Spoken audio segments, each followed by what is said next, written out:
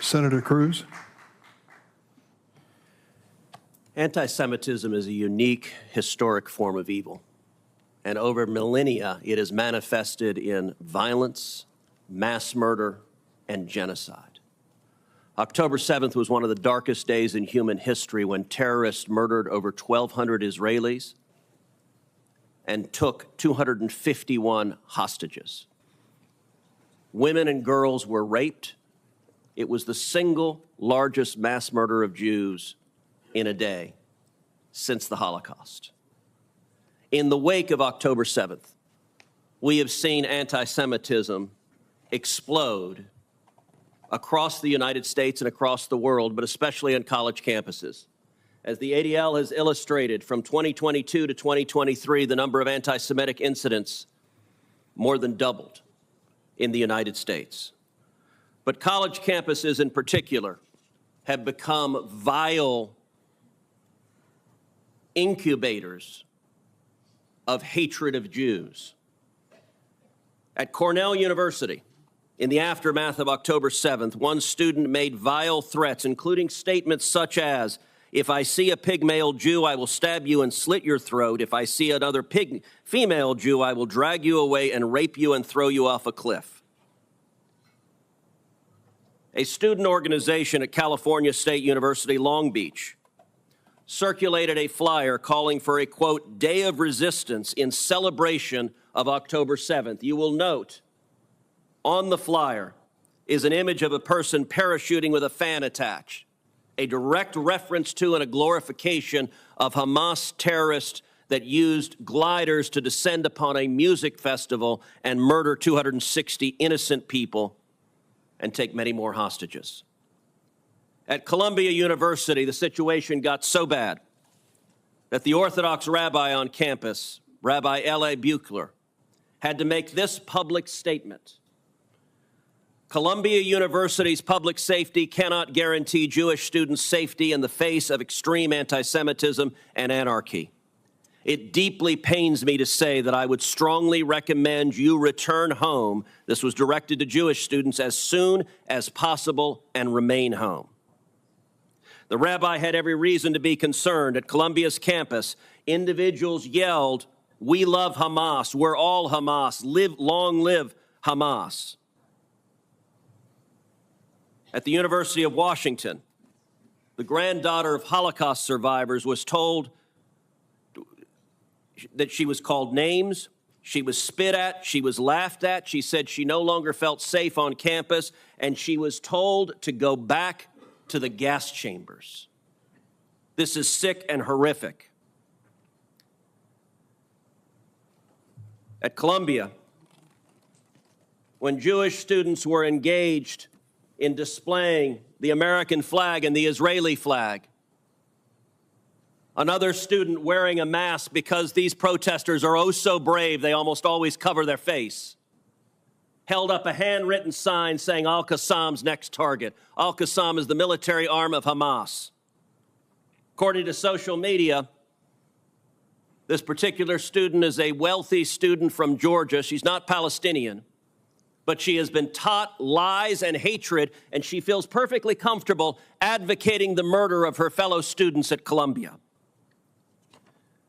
At MIT, students have reported they feel unsafe to go to class.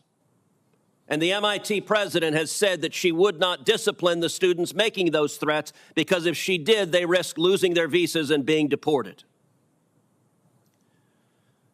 Throughout all of this, the Biden-Harris administration has been utterly absent. Does anyone doubt if the Klan were on college campuses terrorizing African-American students, threatening African-American students, that we would see the FBI there, that we would see prosecutors there, that we would see federal funding cut off to universities? Of course we would, and we should. But when it comes to anti-Semitism, the Democrats have a problem. I would note, this is occurring in blue states with blue governors because the Democrat Party is terrified of the pro-Hamas wing of their party. In states like Texas and Florida, we don't allow this. At the University of Texas, when violent protesters threatened Jewish students, police officers arrived and arrested them. That's what happened when you enforce the law. Every Republican member of this committee asked the chairman to hold a hearing on anti-Semitism in February. And yet we don't get a hearing on anti-Semitism. We get a hearing generically on hate because this administration, and this is the kind of anger and hate that is encouraged. You're now seeing the hate manifesting right here. Interestingly enough, what... Please, the committee will come to order. The senator is recognized to finish his remarks. So we now have a demonstration of anti-Semitism. We have a demonstration of the hate. Rabbi Goldfelder, let me ask you, has the Biden administration cut off the funding of any of the colleges that have allowed this hate? Have they indicted anyone for funding these violent protests? Have they indicted the people paying for the matching tents? Or have they sat there silently, and have the universities sat there silently while their students are terrified to go to class? They have not indicted anyone. They have not indicted anyone. Has any university had their funding cut off for allowing this sort of violent intimidation? Not a single university. I can tell you this.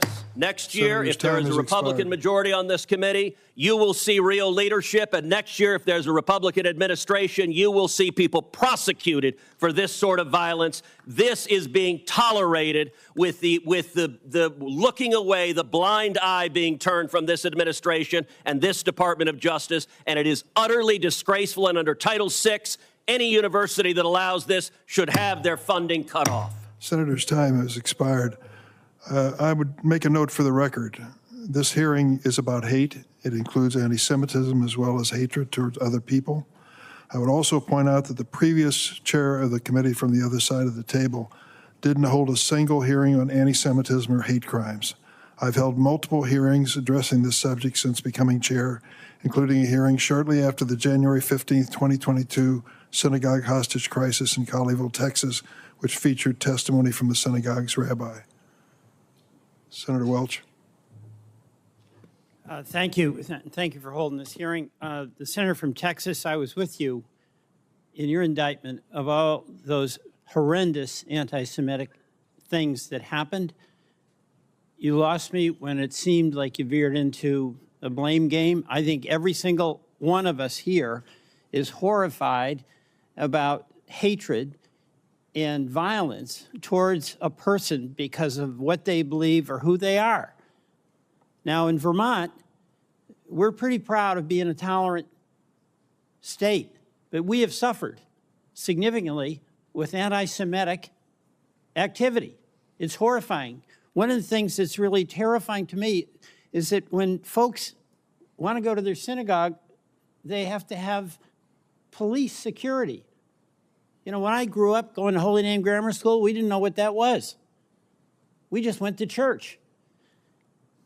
And in Vermont, we had 3 young Palestinian men who were home visiting a grandmother for Thanksgiving. They were out walking. They were speaking Arabic. They had on a keffiyeh.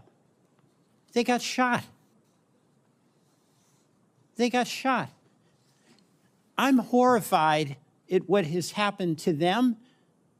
I am horrified at the anti-Semitic escalation towards wonderful Vermonters who are Jews and what they have to endure and the insecurity that they feel.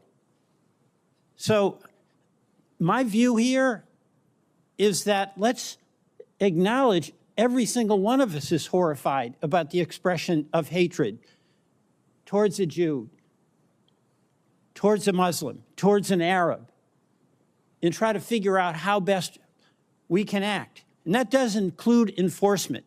But I have observed that any issue out there that can become a partisan issue often does. My view, that's not a solution. You know, I speak to some Vermonters from the Jewish community, so horrified, as we all are, about what happened, what Hamas did on October 7th. We have a teacher who had a student and was killed on October 7th, and she posted about it and suffered enormous online harassment. But when we had these 3 college boys who were just home for Thanksgiving and they got shot. I mean, all of us are absolutely horrified by that.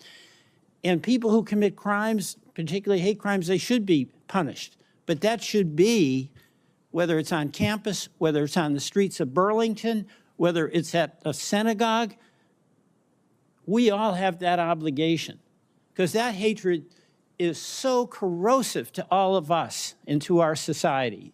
And if we, as a society, can't accept the collective responsibility that we each have for the well-being of one another, then it's not going to work.